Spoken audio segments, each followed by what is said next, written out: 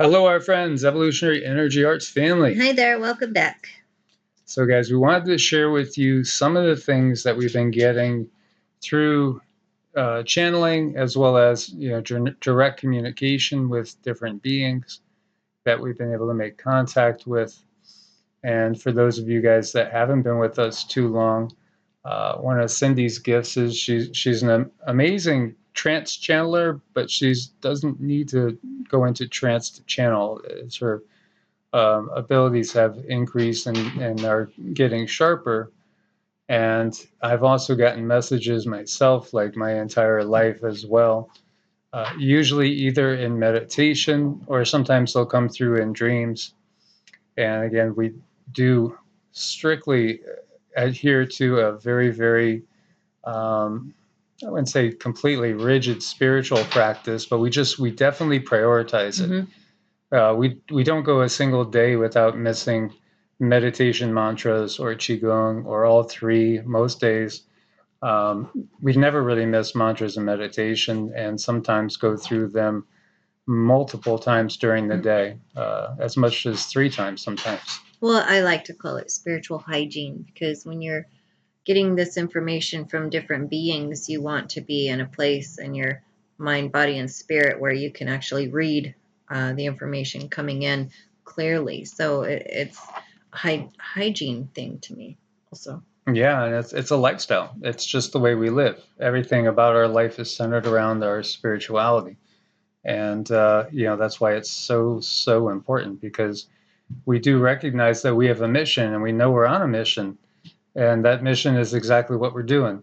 And that's awakening as many people, trying to get there to be a consensus nexus point where we're able to shift the paradigm and break free of the system that's kept us in place.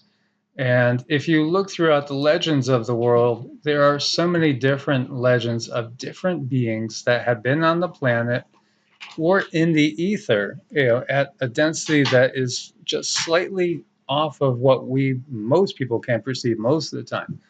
Although today and lately, I've been seeing stuff way more, way more often, constantly.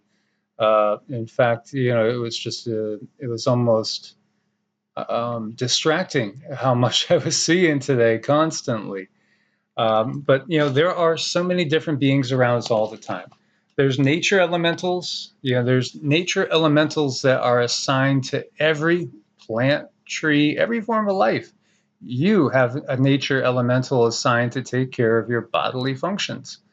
And without this elemental being, you wouldn't be able to keep going.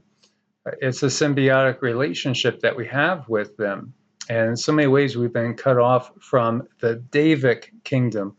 And so when we're talking things like fairies and sprites and gnomes and, elves, things along those lines, they're real beings. They really are real beings.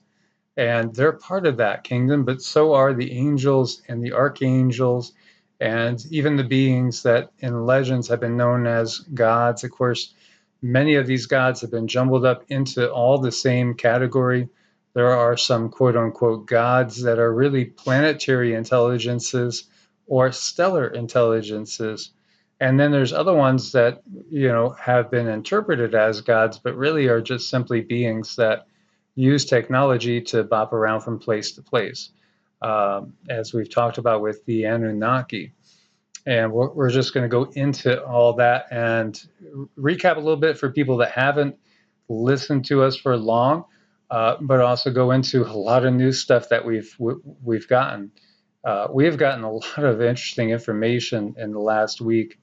And we were talking to one of our family members and saying, unfortunately, a lot of it doesn't get translated because we get so busy with answering emails, working on people, and with the energy work, biofield tuning, doing the astrology charts, as well as just basically spiritual coaching, counseling, helping with nutrition, and all that.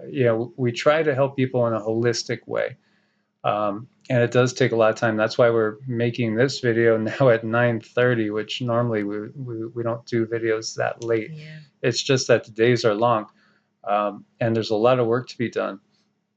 So we've gotten some new guides recently, and one of them is a really interesting being. As we look at a picture, an artist's representation of Nibiru with Earth in the background there, and you see the moon there. Just to like recap what we got is that, and we've shared this before, the moon is an artificial satellite of the Earth now, wasn't always there. It was put there basically by the Anunnaki. It's part of the control grid. It does have real effects on people for sure, as we are all a good percentage water, anywhere from 65 to 80% water. And the moon does exert a tidal influence. It can exert an emotional influence on us just from that sense alone, let alone whatever signals are being sent from the moon down through this vast network of satellites and everything else that's up there, and even directly through some technologies to the Earth. Now, Nibiru, which we see very much like this when we've remote viewed it, it looks a lot like a dead planet. It kind of hits you, if for those of you that are Star Wars fans, as almost resembling where Darth Vader's home was on that almost hell-like planet, so to speak. In the Star Wars series, it's kind of dead. It is not in a regular orbit.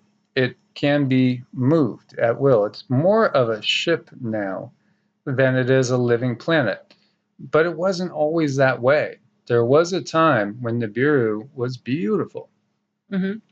Yeah, there was, a time in my life that was really sad when I channeled what was on, or I remote viewed what was on Nibiru and how it looked now. That really made me sad. But we were talking the other day, and I thought, well, gosh, I wonder what it did look like. What did it look like before all of these things happened to it, and it was damaged, and it was a very beautiful crystalline type planet. Very, I don't know if any of you out there are familiar with the color baby's breath, but baby's breath is a bunch of little pastel colors. It's your greens, blues, purples, pinks. And Nibiru was covered with a lot of crystals, or even at some point mountain ranges with these colors. And when I was looking on there, I saw water, and the water was like this really beautiful marbly like color. And it was such a high vibratory place to be. It was so beautiful and stunning. I didn't see trees and plants like I see here, but it was all about the crystals, which are ancient beings that hold a tremendous amount of energy and information. So that was really nice to look at that. Yeah, crystals really are intelligent living beings. And so when we were talking about like body elementals and elemental beings, these beings, you could think of them as being related to a single element. There's water elementals, air elementals, fire elementals, and there's earth elementals as well. They all have their associations. So Nibiru was a very unique place. And as we look at the earth and view her as, say, Gaia, like the divine feminine energy that goes through her, we see the systems that the controllers utilize are patriarchal, and they're very, very warlike. That's what their whole structure, their society is based on.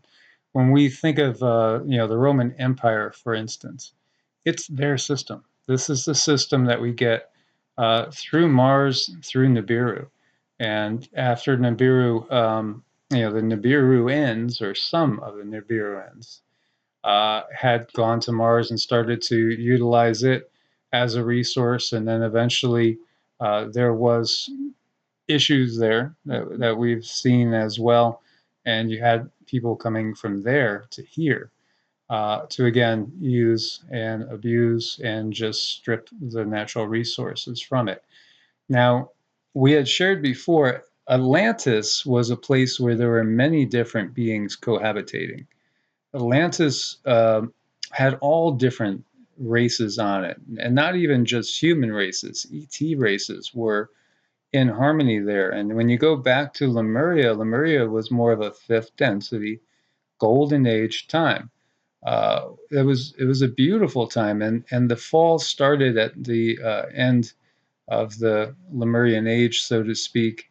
And in Atlantis, it accelerated in the Atlantean times with more and more of the dark energy and these dark beings getting able to take hold as the precession of the solar system through the galaxy was heading into this area that was lower vibrational, and where there were so many dark entities that were going to be able to grab a hold of people, influence people, and eventually cause strife, warfare, natural disasters. Again, there is this law of karma, of cause and effect. And so the more negative energies are put out there, the more killing, the more greed and everything. It also basically inflames the planet and causes more natural disasters and things along those lines as well.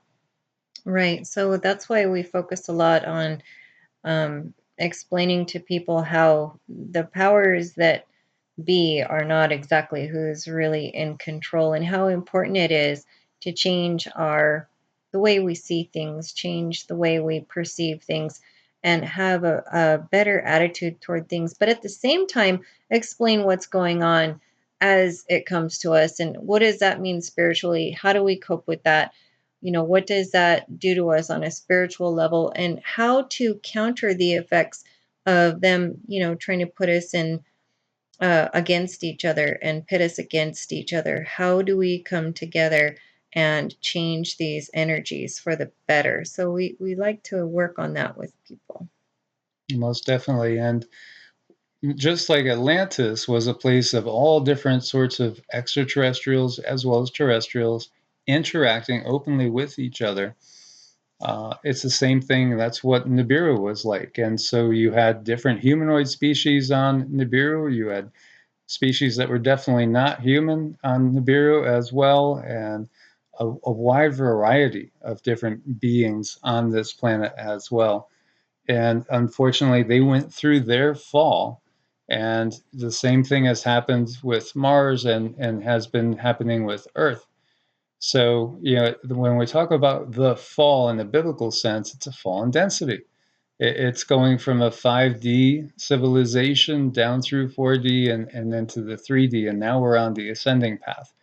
So it's just like a pendulum, it's swinging in the opposite direction. And the controllers are not going to be able to stay in control for much longer. And there's a reason why they have an agenda with the date 2030 on it. Because that's the timeline about when they're really going to not be able to hang on for much longer. They're just clawing and screaming at that point, trying to maintain control as everything crumbles around them, and they themselves cannot tolerate the planet ascending up towards 5D. But Nibiru was a beautiful place with many different beings on it. That's why, if we use just the term the Anunnaki, perhaps that's too broad also, because in the original way it was just those that are coming from the heavens to the earth. There were many benevolent beings in the past coming to earth, far more benevolent than has been the case, because you don't have to worry about an evil alien invasion that happened so far in the past. Mm-hmm. That's a past event. We've been under their control this whole time during all of our lives and for thousands of years. Mm-hmm. Yeah, there's just so much going on that we don't understand, that we've had to get in other ways besides books and history books, because the history books are written to control us. They're written to have a narrative. They're written to make sure that we all stay in a certain place in our mind so that we can't advance. So that's why it's really important to get information outside of all of these books, which they do definitely have value. They have lessons in them, which is great and wonderful, but we have to remember always, where are they coming from? So we see that Nibiru wasn't always the way it was, and it was a much more beautiful, nicer place. And Nibiru itself is a divine feminine energy. It's a feminine energy that the planet's consciousness is. Now we would view it much more in a masculine sense now, thinking of it as being more of a Mars type of energy. But it wasn't always the original case. And Cindy got that Nibiru is still, it's like a woman on life support right now. Mm-hmm. It's like a goddess that is on life support, barely clinging, but clinging for the people that are on it, clinging to life for those on it, even those that have these destructive tendencies out of pity and compassion and wanting things to change. Mm-hmm. Well, because that's what the divine feminine does. She has compassion. She has these energies that just never give up until your last heartbeat. And I know everyone out there who is some kind of a nurturer in your home, how important it is to you to make sure that everybody else is comfortable before you finally sit down to have a cup of tea or do anything for yourself at night. And that's the divine feminine energy that we're really missing these days. We most definitely are. So we see these depictions and we see over and over again these beings in the sky. We see humans bound, unfortunately, led the same way that we have seen happen during the slave trade, where people were just basically kidnapped over in Africa and brought to the Americas to work the fields. Again, that's the system of these beings that are in control now that we have. So ultimately, you see humans, or some are human, so to Mm-hmm. speak. Some are just shells. They're not even really truly human anymore. These power brokers, and again, we're talking about that group that starts with an I, ends with an I, all those societies that are secret, that are part of the control grid, control system. Ultimately, who is above them? Non-humans. Mm-hmm. That's who's above them. And this is the situation is you do have beings that can appear solid in 3D, but normally reside in 4D, as Nibiru itself is really residing in 4D right now. And again, Nibiru is not really on an orbit because it's more of a ship now. It can be brought anywhere it needs to be, although it will utilize the natural energies around it, just like we saw with Oumuamua, how it used the sun's energy and gravity to go in and then send itself off on a new trajectory in a different direction. The same thing can be utilized. And we've seen so many reliefs of giant beings that are, perhaps 12, 16 feet tall, even bigger in some reliefs. There's one spot in Egypt where there's like a series of statues of different giants that get progressively larger and larger and larger. So a new guide that came to us is very, very much a warrior. I was gathering energy in meditation, doing Qigong, gathering energy, doing what's called Zhang Zhuang. It's really powerful. And I felt a different energy. It was hard to describe it. I hadn't felt it before. So I asked Cindy to look, and what do you see? And she immediately said, "Are you angry?" And I said, "No. Why?" She said, "You have an overlay." And then she described him. And you want Oh to? my gosh, he was huge, intimidating looking, scary looking, very tall, like I don't know how tall is that ceiling in there. It was It's probably 12, 14 feet tall. Yeah, he was right around like that tall, and he had, 6 arms, very burly, a lot of muscle, like red hair, kind of a red tone, rusty red, and he was just a warrior type. And it wasn't that he was bad or anything, but he did come in. He decided to incarnate in that form for when Nibiru was starting to turn or starting to fall to other beings. He wanted to try to help pull things back into alignment and try to make it so that the controllers weren't going to take everything. So that's what his purpose, and that's how he came into being. And now he sees people like Mike who are trying to bring in the energies as far as bringing things into alignment and bringing things into something that's more fair. He wants to assist and lend his energy in that. Yeah, he's all about fighting the system because he watched his planet be overtaken, and obviously that's heartrending and heartbreaking. And then he went to Mars, and there was again fighting the system there. And so now he is ethically on the fourth density, doing the same by lending his energy here on Earth. And again, he's very much a warrior spirit. Probably could go up into the higher densities, but chooses not to.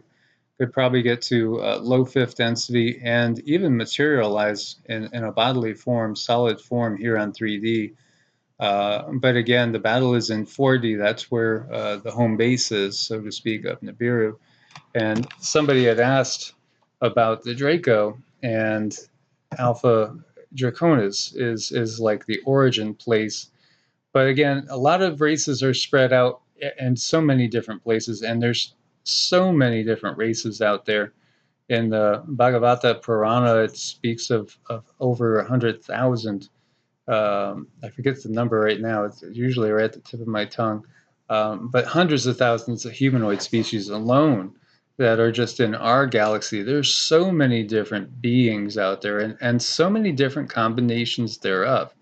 One of the biggest things, there is a galactic slave trade, by the way. Slavery, again, is something that is, it's part of their modus operandi. And we might not realize it outright, but we are in a form of slavery right here to this money system, which will be changing as we know. It's going to keep changing. But yes, these guys are basically over the reptilian hybrid, the ones that you've heard of, like Enlil and Enki, so to speak. And that's a good cop, bad cop thing. As they might even say, they might even roll out beings and show you, albeit remotely or maybe in person, and say this is, a lieutenant under Enki or Enlil, and they might use that good cop, bad cop, because many people have come to view Enki as the good guy because he did save a remnant of humans, according to the story. But then you have to realize too, when Anu came, Anu was impressed with the humans, at least with Adama, to a degree that he offered to give them eternal life, quote unquote. Basically, technology and know-how has been kept from humans that keep us in a much lower lifespan than we're supposed to have, as we should be living, like they say, in the different ages. If we go into the Bronze Age, humans can live 1,000 years, and then in the Silver 10,000, and then in the Gold Age 100,000 years without having to go through another incarnational cycle. Can you imagine the wisdom we could accumulate? This is why we have a shortened lifespan. And this is part of the whole system. The whole system's here to give us a shortened lifespan. So we keep starting over and reincarnating time and time again. Meanwhile, the control grid stays in place. Right, absolutely. They just keep moving forward because they know things that we don't. They've had the opportunity to be advanced and take advantage of that. It's not like they have won anything or that they're better at all. They took advantage, and there's a difference between, taking advantage of someone and something, becoming rightfully yours. They just played dirty, and they continue to. Yes, and when you see our leaders, and many people have caught it now. I had showed two photos at one time a while back, showing the height difference with the person that has been a presidential candidate with the initials H period R period C period. And in one photo, she's like 3 or 4 inches shorter than the other. Mm-hmm. And this is true that there are clones out there of these leaders. There's multiple clones out there, and we could see that they don't even look exactly alike at times. With JB, of course he's got the Satanic Mm-hmm. eye change, because originally his eyes were baby blue, Yeah. and at times gray, and at times now black as coal. Yeah, like every time. Yes, most of the time now. Yeah. Well, again, like when we're talking about HRC and BC, or WC, if you want to go proper there, and again, we're talking, think in terms of numbers. As we know, we're on number 46, and we had an interesting time with number 45. Well, HRC and BC or WC, we don't ever see the originals now because you wouldn't even recognize them. Uh, Many of you might have seen the Pope, some pictures of the Pope where he looks like Palpatine, because this evil does really do that to you. And these people are so overshadowed that they're just basically husks. They're just shells. And so, they do have clones. And we had gotten, do you remember? Because so much of this stuff comes through channeling, which Cindy doesn't always remember. But they do have the technology to bring somebody from basically, a petri dish to appearing to be a woman in her late 60s in just a short amount of time, and it's getting shorter and shorter and shorter. So they've known what their plans are with these people for a very long time, and there's so much out there, guys, that really is true in the movies. Mm-hmm. Just like the cloners, if you go back to Star Wars, now those tall aliens, wow, that rings a bell too. That's a really, interesting dead-on one. Mm-hmm. Now the Octurians are very, very benevolent beings, and they're very high density too. One of the things that kept coming through today to me was to tell you guys that you have to, we're to show you how to go and find your own truth. So, don't, just like Buddha said, don't believe anything because any wise person told you, your teachers, your parents, the church, even us. You got to judge it for yourself and learn to go within and discern for yourself. Because there are beings, there are people out there now, there's so many are disinfo. And that's their whole purpose. Again, disinfo works by giving, maybe 60% truth, maybe sometimes 90% truth, but that 10% can really swing it in a different direction. So that when the events really go down and somebody that you've come to trust or what have you has already planted the seeds, you'll believe that the good guys are bad guys and bad guys are good guys. And that's exactly how they do this. This is exactly how they play this game.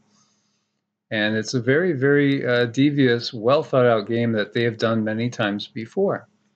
Oh, absolutely. And it just keeps carrying on. And that's why we need different entities who have also tried to prevent these things from happening to come in here and assist us in being star seeds and doing what our mission called for us to do. And that's to come here to even the playing field a little bit.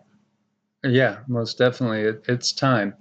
We did get too that their control is really slipping. Mm-hmm. It is slipping. And so much so right now that, they just a little while ago, they were controlling much more than they are now. Mm-hmm. And that's great. It is. They are losing their grip. We have to be a little bit patient, and we have to be on guard, big time. And there's certain things we need to avoid at all costs, and you guys know what that is, because again, that will short circuit thing. So working under these draconian energies, and again, the Draco for the most part are 4D, some are on lower 5D, some can manifest in 3D, and that can be a very nasty thing. intergalactic pirates and slave traders. That's basically what they are, intergalactic and also interdimensional. They employ these type of beings, which are seen much more than they are.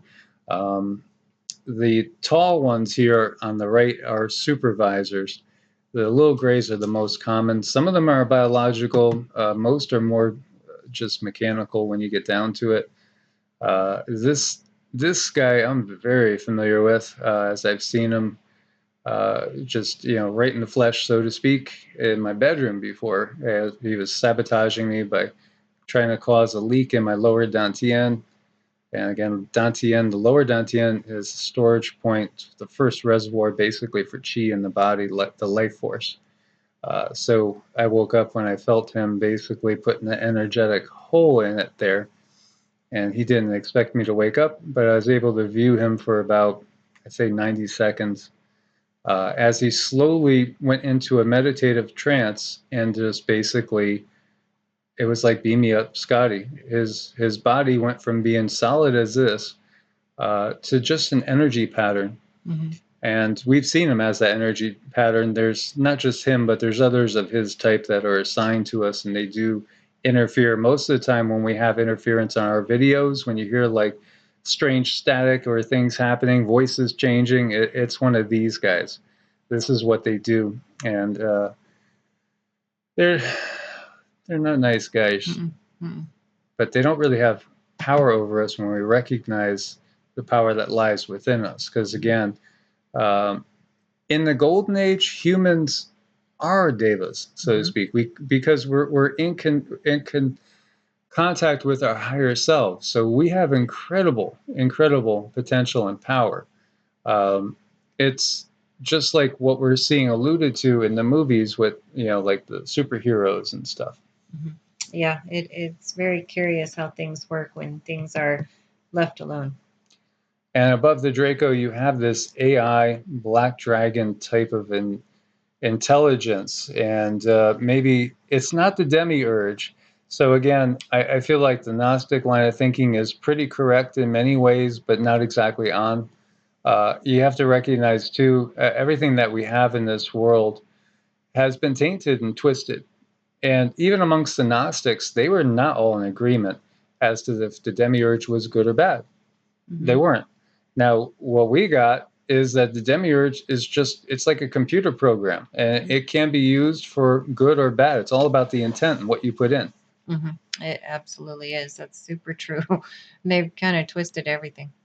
But this entity, which has archons that operate underneath it, the archons are like the exact opposite of the archangels, so to speak.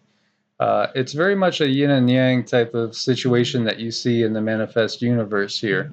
But this is the highest level that we've been able to detect as far as how far does the darkness go. And, Serpentine references and beings like the Nagas, like Sesha Naga, not necessarily bad. In many situations, it's denoting wisdom and a different type of being. So not all reptilians are evil by any means, just like not all humans are saints.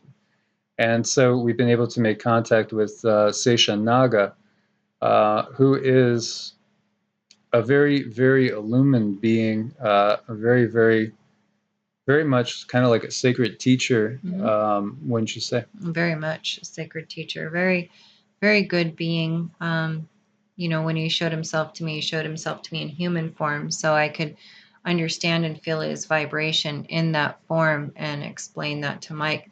And then because he didn't want to show me in a Naga form, that would have altered my vision or feeling of him. Yeah, as it could be very intimidating. And I have had an encounter with a Naga before, and I knew the feeling of it. It wasn't an evil being. Where I've had a lot of encounters with beings that you might call evil, quote unquote. This was not that, but it was most definitely a powerful being to be respected, and that's exactly what we get with this. Sesha Naga is depicted with Vishnu, and again, Vishnu is the preserving force of the material universe here. so it's also relating to the Kundalini, and the Kundalini is something that's dormant in most people, but awakening at the same time.